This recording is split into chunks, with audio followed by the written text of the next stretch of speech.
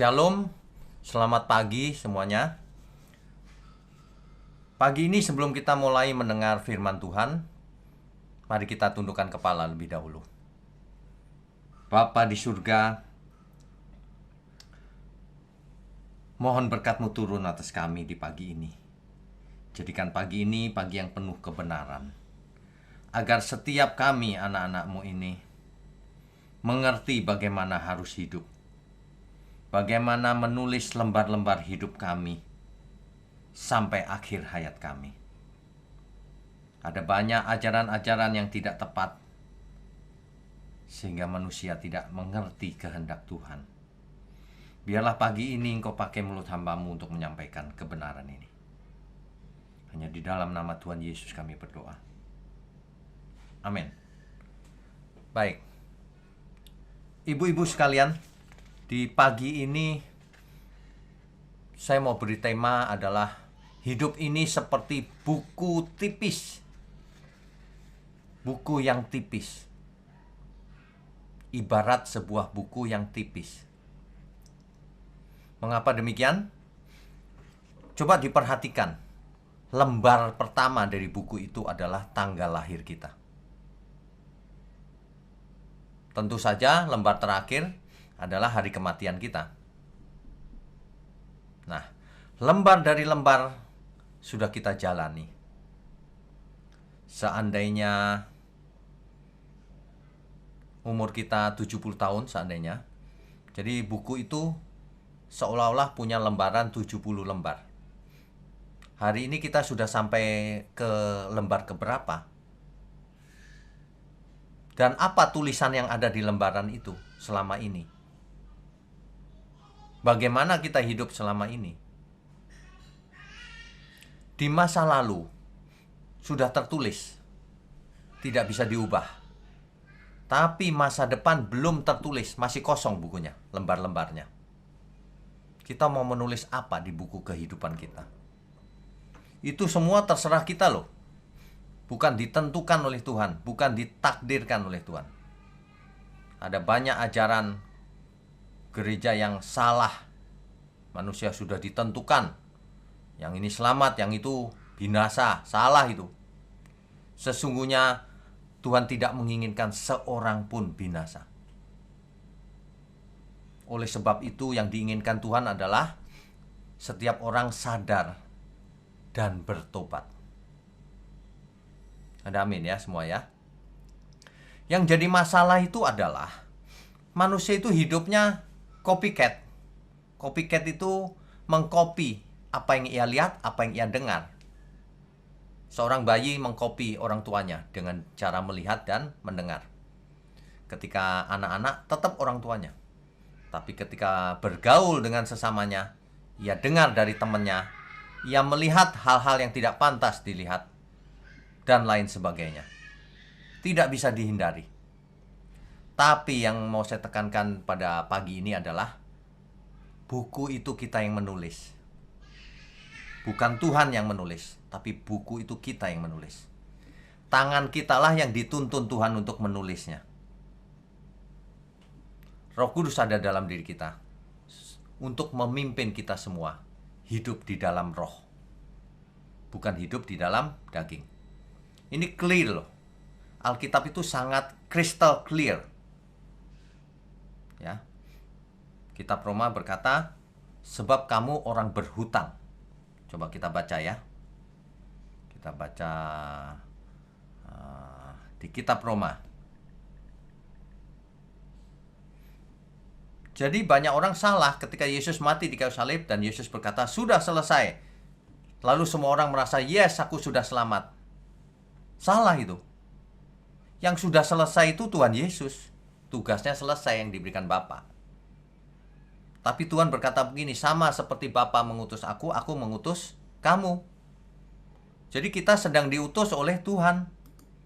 Bukan sudah selesai. Jangan pernah mengatakan masih hidup, aku telah menyelesaikan semuanya dengan baik. Belum. Banyak ajaran gereja yang salah sih. Jadi orang nggak benar hidupnya. Anugerah itu gratis. Jadi kita nggak perlu ngapa-ngapain. Gratis itu ketika Tuhan Yesus mati di kayu salib, kita nggak ngapa-ngapain, bahkan kita belum lahir. Itu gratis. Tapi setelah itu, Roma 8 ayat 12. Jadi saudara-saudara, kita adalah orang berhutang, tetapi bukan kepada daging, supaya hidup menurut daging. Sebab jika kamu hidup menurut daging, kamu akan mati. Tetapi jika kamu hidup oleh roh, kamu mematikan perbuatan-perbuatan tubuhmu, kamu akan hidup. Kalimat ini clear, bukan? Di Kisah Rasul 3 ayat 19, jelas banget tuh. Karena itu sadarlah dan bertobatlah, supaya dosamu diampuni. Harus bertobat. Nggak bertobat percuma Yesus mati di kayu salib buat. Kalau kau nggak bertobat, bukan untukmu. Jadi kita itu menulis buku kehidupan kita itu dipimpin Roh Kudus. Kalau mau dipimpin. Kalau tidak mau ya nulis sembarangan. Tulisan lembar demi lembar itu. Lagi pula sekarang tinggal berapa lembar coba. Ibarat baterai sudah low bat. Tinggal berapa lembar. Sadarlah dan bertobatlah. Ya. Jangan sembarangan. Bukunya tipis. Sebentar habis lembarannya. Kita tidak tahu lagi setebal apa. Buku itu akan dipertanggungjawabkan di hadapan Tuhan. Seluruh perbuatan kita selama kita hidup. Selain itu, sebagai buku kita dilihat sama orang lain. Apa? Bagaimana hidup kita? Katanya percaya Yesus. Katanya guru agungnya Tuhan Yesus. Kelakuanmu seperti apa? Itu dilihat loh sama semua orang. Ya. Jangan sampai lembarannya tinggal 1 lembar, masih hitam tulisannya, semua tintanya, warnanya gelap. Terlambat ya. Banyak orang nggak mengerti kebenaran meskipun Kristen. Doktor teologi aja nggak ngerti kebenaran. Banyak yang begitu. Kelihatan dari caranya bicara, menyerang orang, menghina, merasa hebat. Kan manusia itu bisa ditangkap lewat raut mukanya. Apakah orang ini sombong atau tidak? Bisa ditangkap. Padahal Tuhan berharap kita semua menjadi anak-anak Bapa di surga. Yang karakternya karakter surgawi. Amin ya. Karakter surgawi itu jangan aneh-aneh. Waduh, jadi ritual agamawi, puasa, doa semalaman, tapi hidupnya nggak benar, itu agamawi itu. Kita harus benar dalam semua hal. Nggak boleh hanya bidang tertentu saja. Makanya ya, istilah you are what you believe, itu sangat benar. Kalau ada istilah you are what you eat, itu benar juga.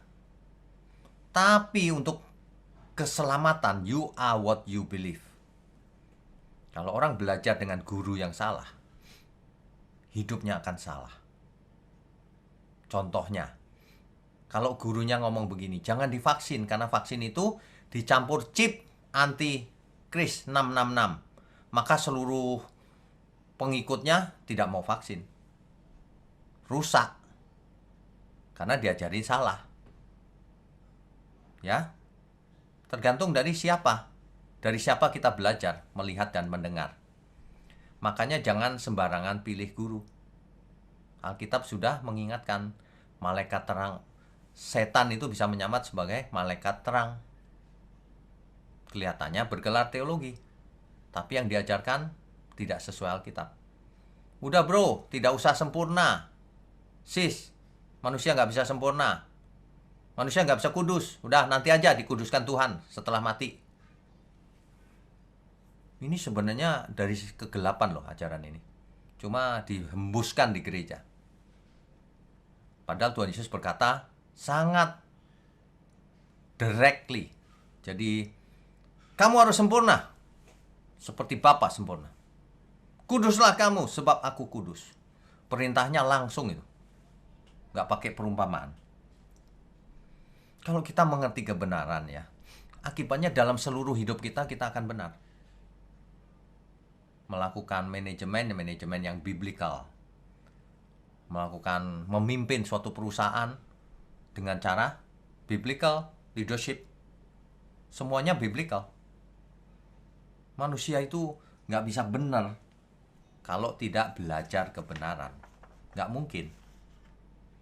Karena manusia itu hidupnya di-drive, di-trigger, diajar oleh sekelilingnya. Itulah sebabnya sebagian besar manusia meleset. Ada seorang ahli psikologi atau manajemen atau psikologi ya, campur. Namanya Maslow.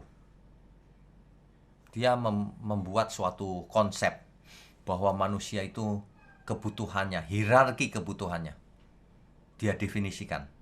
Terkenal dengan hierarki kebutuhan Maslow, menurut Maslow. Manusia itu kebutuhan yang pertamanya adalah fisik, makan dan minum. Itu yang pertama. Kalau orang nggak bisa makan, nggak bisa minum, jangan ngomong etika dan sebagainya. Itu dulu. Ya. Kalau yang fisik sudah, naik kebutuhannya. Pengen aman. Kalau sudah aman, naik lagi. Pengen dicintai. Setelah itu naik lagi, pengen dihargai.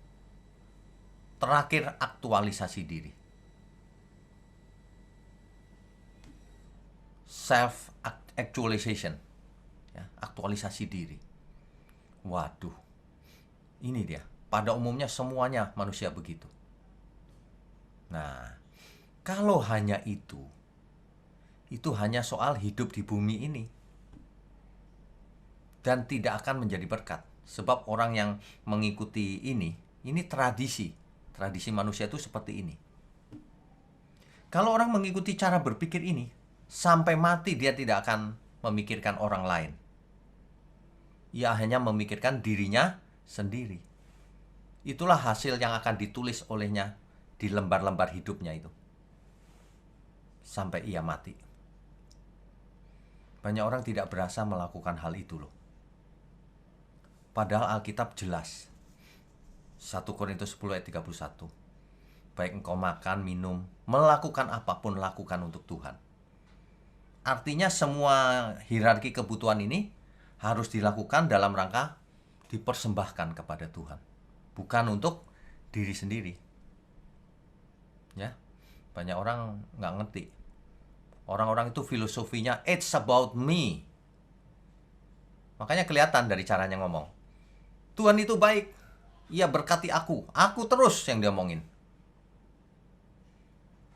Kasih persepuluhan pun dalam rangka dibalas Tuhan, aku lagi yang untung. Ini rusak ini ajaran-ajaran ini. Padahal yang benar adalah Tuhan, apa yang harus kulakukan supaya berkenan bagimu. Berkenan itu artinya menyenangkan dia. Pleasing God. Itu artinya. Sebenarnya begitu. Banyak orang nggak menyenangkan diri sendiri. Ya, mari kita belajar semuanya. Saya cuma kasih contoh simple saja. Kalau orang pikirannya pusatnya adalah diri sendiri, ya nggak bisa jadi murid Tuhan Yesus. Karena sebagai murid Tuhan Yesus kita harus jadi garam dan terang dunia, mengalir keluar berkatnya. Bukan hanya untuk diri sendiri. Kita diberkati Tuhan supaya kita bisa jadi berkat. Itu intinya di situ sebenarnya. Orang salah mencari berkat, tapi untuk dirinya sendiri. Nah, contoh sederhana. Di dunia ini ada banyak orang yang, ini maaf ya, biasanya ibu-ibu sih, sukanya mengumpulkan barang-barang bekas. Kalau sudah nggak pakai, ditaruh di gudang. Padahal selamanya juga nggak dipakai, akhirnya rusak, dibuang juga gitu. Ini cuma contoh ya, mudah-mudahan ibu-ibu di sini nggak ada yang begitu.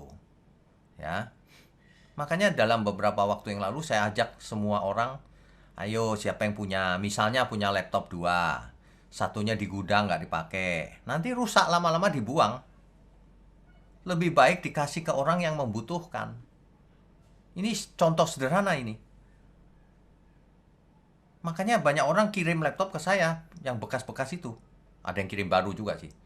Langsung saya bagi-bagi. Banyak orang di dunia ini susah hidupnya. Nggak bisa beli laptop. Apalagi online begini, harga diketok naik tinggi. Waduh, saya lihat ini luar biasa ini manusia ini ya. Kita bagi-bagi, sudah berapa ya? Hampir 15 laptop saya bagi ke orang. Terus ini, ada banyak orang kalau dengar minta ke saya. Nanti ya, sebentar ya, saya cari. Kalau nggak ada, saya belikan, saya bilang. Ibu-ibu jangan mulai sekarang bertobat ya. Jangan menyimpan benda yang nggak bakalan pakai. Cepetan dikasih orang mumpung bisa dipakai. Kasih aja langsung siapa yang membutuhkan. Kalau memang belum tahu siapa yang dikasih, kasih aja ke gereja kita, nanti kita salurkan. Karena banyak orang kalau butuh sesuatu ke gereja sekarang, ke gereja kita, di gereja lain nggak dikasih. Ya, harus mengerti kebenaran. Hidup ini cuma sekali. Kita tulis apa itu buku kita itu di lembar-lembar terakhir hidup kita ini? Ditulis dengan kasih atau ditulis dengan ego? Egonya itu. Orang yang egois itu sebenarnya seperti Lucifer. Aku hendak, aku mau, aku terus yang diomongin. Lucifer kan begitu, aku hendak naik di ketinggian, mengatasi bintang-bintang Allah. Aku hendak, aku mau menjadi seperti yang maha tinggi. Begitu, mau dimuliakan, mau ngetop, begitu. Waduh, ya. Pada umumnya orang meleset, kenapa? Satu, tidak punya pengetahuan. Kenapa tidak punya pengetahuan? Tidak mau belajar. Atau pengetahuannya salah. Kenapa? Ketemu guru yang salah. Diajarin yang aneh-aneh. Yang begitu tuh. Ya. Apapun penyebabnya, tetap saja binasa. Nggak sengaja, Pak. Nggak bisa nggak sengaja. Nuranimu harus hidup. Siapa yang benar, siapa yang nggak. Cross check di Alkitab. Makanya jadi manusia nggak boleh mudah dibohongin. Ada banyak yang aneh-aneh di dunia ini. Ajaran yang mistik. Kalau lawan setan, bikin ramuan, garam, dan sebagainya. Kalau lawan setan, pakai minyak, didoakan dulu. Cari ayat-ayat di Alkitab yang melawan setan mana. Nggak ada. Banyak orang akhirnya nggak jadi berhikmat karena diajar salah oleh guru-guru palsu. Ya. Orang itu banyak yang gagal meraih hidup ini. Padahal hidup ini menarik loh. Banyak orang hidupnya apa ya? Kesepian, frustasi, depresi, tidak pernah merasa puas, kurang terus yang dialami. Itu yang menyebabkan orang hatinya ada di sana. Itu penyebab daripada seseorang hatinya tidak bisa ke Tuhan. Kenapa? Karena terhambat oleh keinginannya sendiri. Dunia ini manusianya sakit. Sakitnya kelaparan, bukan karena kelaparan kurang makan. Ada sih yang kurang makan, betul. Tapi yang terutama adalah kelaparan jiwanya. Orang sudah kaya, sudah sukses, sudah populer di dunia ini, tapi jiwanya kosong. Itulah sebabnya banyak artis bunuh diri, banyak konglomerat bunuh diri, CEO pada bunuh diri. Kosong jiwanya. Kelaparan. Itu bukan lapar makanan loh. Itu lapar makanan rohani. Makanya ayat Alkitab berkata begini. Karena manusia hidup bukan dari roti saja, tetapi dari setiap firman yang keluar dari mulut Allah. Itulah makanan jiwa dan roh kita. Kalau kita makan kenyang, gejalanya jelas tuh. Penyakitnya akan sembuh dari kesesatan itu. Tapi kalau kelaparan jiwanya, gejalanya juga jelas. Manusia duniawi. Gak pernah makan rohani. Wah, saya makannya dari Alkitab. Iya, tapi artinya salah. Makanya selalu gak tenang hidupnya. Kita mesti jujur pada diri sendiri. Kenapa hidupku nggak tenang ya? Something wrong itu. Artinya firman yang didengar selama ini salah. Itu. Siapapun yang ngomong. Sebab kalau firman yang benar, firman itu berkuasa. Membuat kita tenang. Membuat kita mati keduniawian kita. Hidup ini sederhana loh sebenarnya. Manusialah yang membuatnya menjadi rumit, kompleks. Seolah-olah hidup ini harus punya itu, harus punya ini. Mengejar terus. Hidupnya berdasarkan stimulus respon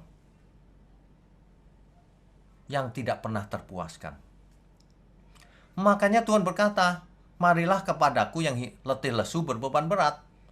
Manusia di dunia ini banyak yang berbeban berat. Aku belum punya itu, Tuhan belum punya ini. Bagaimana ini. Banyak sekali. Belum lagi kalau suamiku pergi sama kuntilanak, Tuhan. Waduh. Ini nggak bisa loh. Manusia mendadak bisa tenang. Manusia itu harus diisi dengan firman. Barulah ia bisa tenang apapun yang terjadi di sekeliling kita. Aku punya Tuhan. Ini kalimat ini kalau didengar orang yang nggak mengerti, wah ya kau kan pendeta gitu. Bukan. Siapapun harus sama. Ketika kita dalam keadaan sangat di bawah, entah itu bencana, entah itu apapun, kalau kita tidak mengerti, ingat pemazmur. Aku tidak tahu, aku tidak mengerti. Aku dungu, tapi aku mau di dekatmu Tuhan. Itu aja. Bapak Ibu tahu ya, anak kecil tuh kalau lagi galau, dia cari orang tuanya. Dia mendekat ke orang tuanya. Setelah dekat, ia merasa aman. Tenang. Itulah yang diajarkan Tuhan Yesus. Kalau kau panggil dia Bapa, artinya kau anak. Anak itu luar biasa loh. Terhadap Bapa berarti dekat hubungannya. Apalagi Bapa kita di surga. Bapa kita itu sangat mengasihi kita loh. Sebelum lembar kehidupan kita habis, mari kita belajar menulis yang benar. Mari kita isi kehidupan kita ini dengan cara yang benar. Sebab buku itu tipis, tidak tebal. Artinya hidup kita ini fana. Setiap saat kita bisa mati. Bisa setiap saat. Orang yang kelihatannya sehat tiba-tiba mati. Bisa juga. Ya. Hidup ini mau cari apa sih? Jangan bersemedi untuk mencari pencerahan. Gak mungkin. Kosong ya, kosong setan masuk nanti. Kalau mencari pencerahan itu dari kehendak Tuhan, Alkitab. Karena kita tidak boleh kosong jiwanya. Apalagi menyendiri ke gua-gua, ke kuburan. Gak ada, di sana banyak setan malah. Cari Tuhan. Aku mau hidup Tuhan. Orang yang mengerti itu ya, hidupnya itu nyaman gitu. Saya gak bisa jelaskan loh pakai kata-kata. Tuhan, apapun tuh merasa nyaman. Aku gak kaya sih, tapi aku nyaman bersamamu Tuhan. Mestinya kita semua nyaman loh. Ini bukan soal kaya, bukan soal miskin. Ini soal mindset, soal karakter, soal pikiran, soal hati. Soal kodrat. Ya. Amin ya semua ya. Jadi ya, sekali lagi, janganlah hidup kita yang tinggal berapa lembar ini diisi dengan hal-hal yang sia-sia. Yang gak ada gunanya untuk kekekalan. Untuk apa? Apa sih yang bisa membuat Bapak Ibu sekalian menjadi puas hidup ini? Apa? Gak ada. Orang yang punya uang 1 triliun juga gak puas hidupnya. Percaya deh, uang itu mamon yang tidak jujur. Seolah-olah ia bisa membahagiakan. Seolah-olah ia bisa membeli apapun. Seolah-olah ia bisa menyembuhkan kalau kena COVID dan sebagainya. Gak bisa, sudah terbukti. Kalau sudah dunia sudah seperti ini, coba mau lari kemana? Lari ke Tuhan. Mumpung masih hidup. Ya, jaga kesehatan, kerja keras, belajar firman habis-habisan. Ubah mindset kita. Berubahlah menurut pembaharuan budimu. Jangan serupa dengan dunia ini, kata Alkitab. Sebenarnya Alkitab itu berisi formula kehidupan agar manusia sembuh. Sayang sekali manusia anggap Alkitab itu, ini buku agama Kristen, gitu. Ini bukan soal agama. Ini soal bagaimana kita berubah menjadi anak Allah. Banyak orang nggak bisa mengerti. Dikasih tahu juga tidak mengerti. Karena seleranya sudah selera duniawi. Nggak pernah belajar. Nggak pernah mau dengar kalau kita khotbah. Ini penyakit utama ini. Ada lagi yang penyakitnya sudah agamawi, merasa sudah selamat. Sudah rajin ke gereja dan seterusnya. Merasa sudah selamat. Padahal Tuhan berkata begini. Kamu ya rajin belajar Alkitab, kitab suci. Tapi kamu nggak mau datang kepadaku, kata Tuhan Yesus. Kamu pikir kamu belajar Alkitab itu lalu kamu selamat. Lalu kamu mengerti kebenaran. Tapi kamu nggak mau datang kepadaku. Nah, datang di sini bukan fisik ya, saya sudah pernah jelaskan dulu. Artinya kita benar-benar bergabung dengan Tuhan Yesus, bukan secara fisik. Hidup kita benar-benar kita mau belajar seperti Tuhan. Berpikir dan berperasaan seperti Tuhan Yesus. Kalau kita bisa seperti itu ya, kita akan melihat sesama kita orang lain dengan pikiran Tuhan, dengan hatinya Tuhan. Kita akan jatuh hati. Banyak orang membutuhkan pertolongan. Banyak orang membutuhkan terang, membutuhkan garam. Itulah sebabnya Tuhan Yesus berkata, jadilah garam dan terang bagi dunia yang gelap ini. Itu maksudnya. Nah, jadi kalau boleh saya sarankan ya, semua kita di sisa umur hidup kita ini, yang pertama, jangan buang-buang waktu lagi. Coba dibuang semua kegiatan yang gak ada gunanya untuk kekekalan. Karena waktunya sudah singkat, bukan? Sudah umur berapa sekarang? Apalagi di zaman pandemi begini. Satu, jangan buang-buang waktu. Kedua, gunakan waktu yang ada seefisien mungkin. Untuk apa? Fokus, belajar kebenaran, praktek sehari-hari. Bagikan ke keluarga. Selamatkan keluarga kita dari kesesatan. Anak-anak dididik yang benar untuk kekekalan. Disiapkan cara berpikirnya. Kamu harus pintar nak untuk kemuliaan Tuhan. Kamu harus punya cinta kasih. Dimulai belajar cinta sama orang tua, sama saudara, kemudian sama teman-teman. Belajar, hidup ini belajar. Yang tidak kalah pentingnya, belajar jadi berkat. Kalau terima link khotbah yang benar, jangan malas untuk forward. Itu pekerjaan Tuhan. Masa pakai jempol aja nggak mau? Di forward ke banyak orang. Tapi kalau terima yang nggak benar, jangan di forward, di delete. Kita jangan jadi alat iblis. Kalau forward, kalau hoax gitu, di forward kencang-kencang. Kalau kebenaran nggak di forward. Ini hal simple loh padahal. Mari kita jadi berkat. Apa saja yang kita terima kita forward. Kalau kita punya lebih, bagi-bagi. Kalau salurannya gak tahu kasih siapa, kasih ke gereja yang bisa dipercaya. Nanti kita salurkan. Dunia sedang lapar. Butuh. Ada banyak orang yang miskin. Kasihan. Anaknya sekolah di zaman Zoom begini, nggak bisa punya laptop, nggak bisa punya handphone. Handphonenya susah. Waduh, yang begitu-begitu kita kasih. Supaya dia bisa sekolah. Supaya orang bisa merasakan di bumi ini ada surga kecil. Ada orang yang terima laptop, ya aduh Tuhan, ini nggak pernah terjadi seumur hidupku, katanya begitu. Minimal dia merasakan surga kecil. Saya cuma bilang sama dia, nggak usah terima kasih sama saya, terima kasih sama Tuhan. Mari kita membuat mujizat, Bapak Ibu. Itu mujizat yang dialami oleh orang-orang yang membutuhkan. Amin ya semua ya. Mari kita berubah. Iman itu harus nyata. Kalau iman cuma di pikiran, aku ngerti. Itu angan-angan, halusinasi. Iman itu harus dilakukan. Iman itu nyata ketika kita melihat orang, apakah kita jatuh hati. Itu iman. Jangan hidup kita senang sendiri, yang lain bodoh amat. Itu bukan iman. Ya. Jadi saya sarankan minimal 3 itu. Buang semua kegiatan yang gak ada gunanya. Waktunya kita sempit.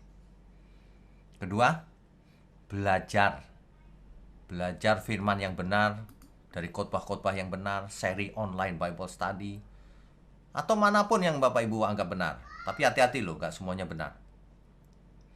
Yang ketiga, kita harus jadi berkat. Baik membagikan kebenaran, membagikan khotbah, ajaran yang benar, maupun membagikan berkat fisik. Itu penting. Amin ya semua ya. Ibu-ibu sekalian, mari kita tutup dengan doa ya. Mari kita berdoa. Bapa di surga, kami mengucap syukur kalau kami masih punya lembar-lembar hidup ke depan. Kami mau tulis bersama Roh Kudus lembaran demi lembaran, sehingga seluruh hidup kami menyenangkan hati Bapa di surga, menyenangkan Tuhan Yesus. Itulah tulisan yang indah. Terima kasih Bapa. Kami mau serahkan hidup kami dalam pimpinan Roh Kudus. Dan juga untuk persekutuan doa Iktus, Tuhan berkati selalu. Agar banyak ibu-ibu yang tulus-tulus ini semakin hari semakin mengerti dan mengalami perubahan dahsyat dalam hidupnya. Sehingga seluruh keluarganya pun diberkati. Terima kasih Bapa. Hanya di dalam nama Tuhan Yesus Kristus kami sudah berdoa dan kami sudah mengucap syukur. Haleluya. Mari semua katakan amin. Amin. Saudara sekalian, bicara soal kebenaran, setiap orang merasa benar. Makanya semua kecap dinomor satukan. Ada orang yang mengatakan saya paling benar, ini paling benar, itu paling benar. Mana sebenarnya yang paling benar? Oleh sebab itu, hadiri seminar 7 natur kebenaran dan aplikasinya. Seminar ini wajib dihadiri oleh para teolog, apologet, pengkhotbah, bahkan oleh para jemaat sendiri, agar kita bisa membedakan manakah yang benar, manakah yang salah. Inilah alat uji kebenaran yang sangat objektif dan alkitabiah.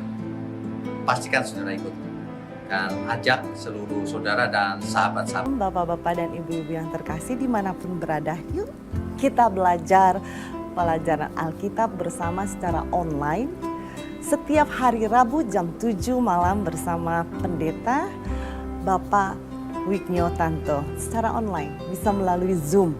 Tetapi kita harus mendaftarkan dulu ke nomor berikut ini. Selamat bergabung dan Tuhan Yesus memberkati.